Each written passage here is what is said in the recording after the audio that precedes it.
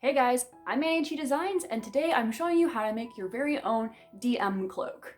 Recently, Dungeons & Dragons has been really popular, especially amongst my friends, so I've been asked to make quite a few DM cloaks and just general, just for fun cloaks for my friends.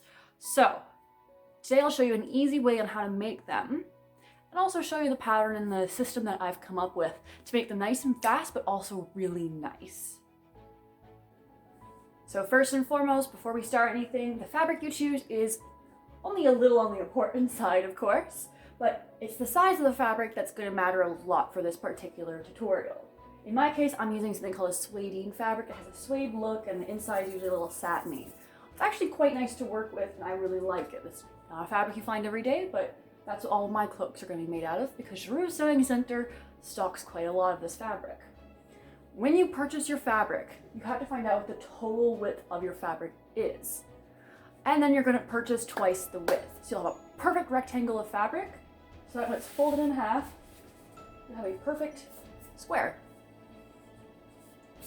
You'll see why this is important later, but that is the most important step, and it helps you to not over-purchase fabric. So you only need twice the width, and then you fold it in half.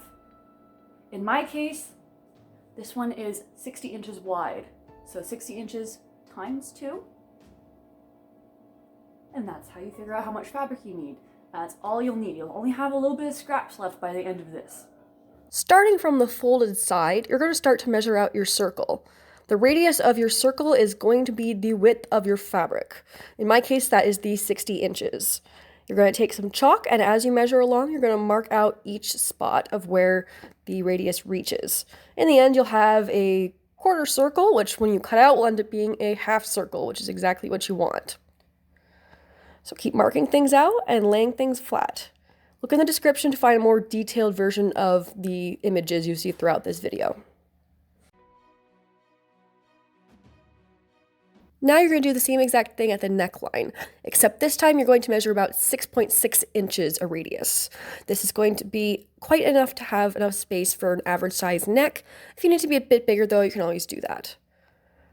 So now it's time to cut things out. That's following the lines and simply cutting it nice and straight and as even as possible. Now it's time to plan out the hood. You're going to use the excess fabric to make your hood, and because it's cut in 2 pieces, you have just enough. Now, you want your neckline to be a minimum of 11 inches, so you just saw me measure that out there, and I'm going to use the rest of the space to decide how big I want the rest of the hood to be. If you use as much as possible, you'll definitely get that fantasy-esque shape that you're going for with the DM cloak. So this is the shape I'm using, but you can use any other shape you want. You can make it a pointed hood, and you can also alter your neckline. Right here, you see me altering the neckline just to make sure I have enough space. It's okay if your neckline ends up being bigger than your actual neckline on your cloak. So now I'm going to start to seam the hood together.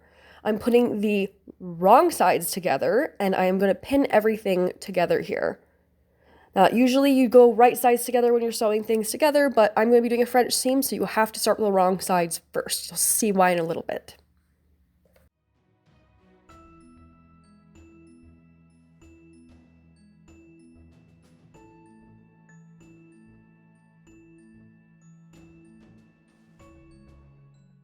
Now I'm stitching it all together with a 1/4 inch seam allowance. You'll see why it's a 1/4 inch in a little bit, but that's because our total seam allowance is going to be a 1/2 inch. So after sewing that all together, it's time to go to grading down your seam allowance. Here you see the finished seam. This is the area you will be sewing and that I pinned down earlier. To grade down the seam allowance, you're going to take your scissors and very carefully cut your seam allowance down to 1/8 of an inch instead of a 1/4 of an inch. This is because of the way the French seam works, you're going to need it to be a little bit smaller on the inside. So cut along very, very carefully and very slowly so that you don't hit your seam. So now you're going to press down the seam. As you can see, this is the wrong side of the fabric. So right now the good side is on the other side of my iron, and I'm pressing it down using my pressing ham. The pressing ham helps me get all those curves on the hood, all flat and nice and finished looking.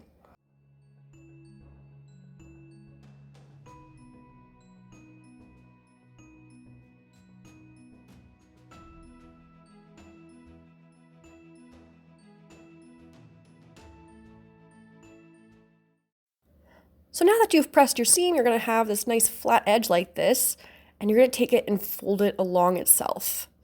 Essentially, you're going to pin down the same exact place you did before, so that you can sew it down with a 1/4 inch seam allowance again.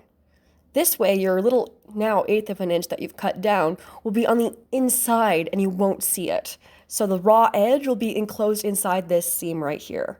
So just pinning around the same area again. And see, this is what it'll end up looking like. And then again, you just take your iron and your ham again and you just press it down. As you can see, the shiny side, which in my fabric's case is the wrong side of the fabric, has this finished bound seam on it. So it'll be nice and finished and the raw edges cannot be seen. Now it's time to put your hood neckline to your cloak's neckline. In this case, you're going to pin the wrong sides together, just like you did with the hood, and you're going to pin them along. So at this point, your hood might not match the size of your cloak. In my case, they line up pretty perfectly. It is better if your hood is a little bit larger than your cloak and not vice versa. And that way there, you could put a little bit of extra volume into that giant fantasy-esque cloak hood.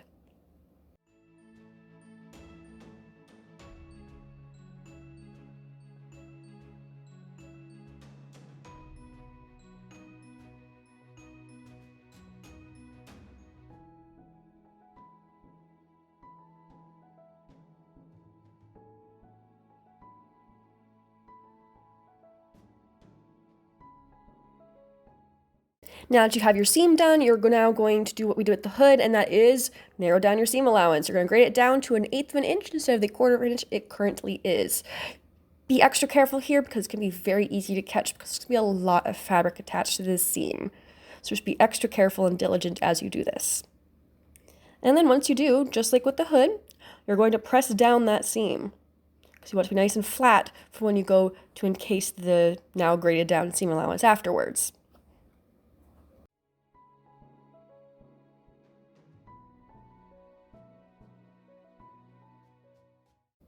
And now to finish off the seam. Again, you pin now the right sides together and you start to encase the former seam allowance, which has now been graded down to an 1/8 of an inch. This will finish off your hood neckline and the final seam of the entire garment.